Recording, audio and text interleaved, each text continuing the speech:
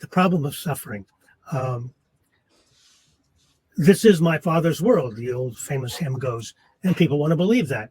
But when you stop to think of the suffering that is built in to the human condition, how can this possibly be God's intelligent design? The first example I give, for example, is genetic diseases. There are thousands of genetic diseases.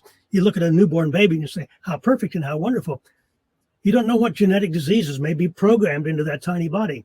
And so much incalculable suffering because of that. You can blame it on evolution, but Christians are reluctant to do that. But if you say evolution didn't do it, then who did it? Well, how can you get God off the hook for that level of suffering? Also, the placing of the human race on a planet that is so chaotic. And by that, I mean volcanoes, earthquakes, hurricanes, tornadoes, plagues, tsunamis. I think it was John Hout who pointed out that 80,000 to 100,000 infants and toddlers died in that tsunami. How can that possibly have happened if there's a good God paying attention, a powerful God, a caring God? And I list quite a few items on the suffering that goes on. Infant mortality, child mortality for millennia before the invention of modern medicine. This is the way God planned it, that there'd be so much suffering. I think I listed 8 or 10 points of the kind of suffering that goes on in this world.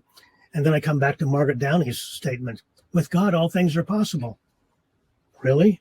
Well, how about arranging things that all this suffering doesn't take place? The aging process is one that I mentioned. We biodegrade while we're still alive.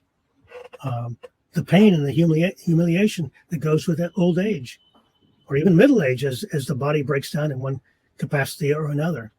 That doesn't sound and the reason, even if you wanted to be a fundamentalist, the reason all of this pain and suffering, when they try to obviously pin it on man and not blame God, free will, is because the wife ate the fruit.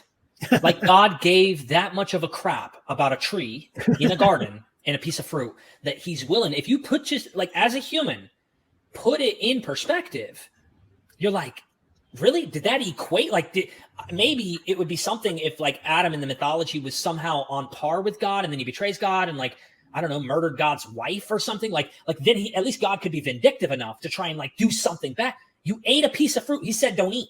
And then the snake had more accurate truth about what was going to take place than the God who put you in the garden to begin with. There are so many problems if you take this approach. And so I'm with you. Like there's a lot here. Number one, I wanted to have you clarify something because we really passed over your one punch.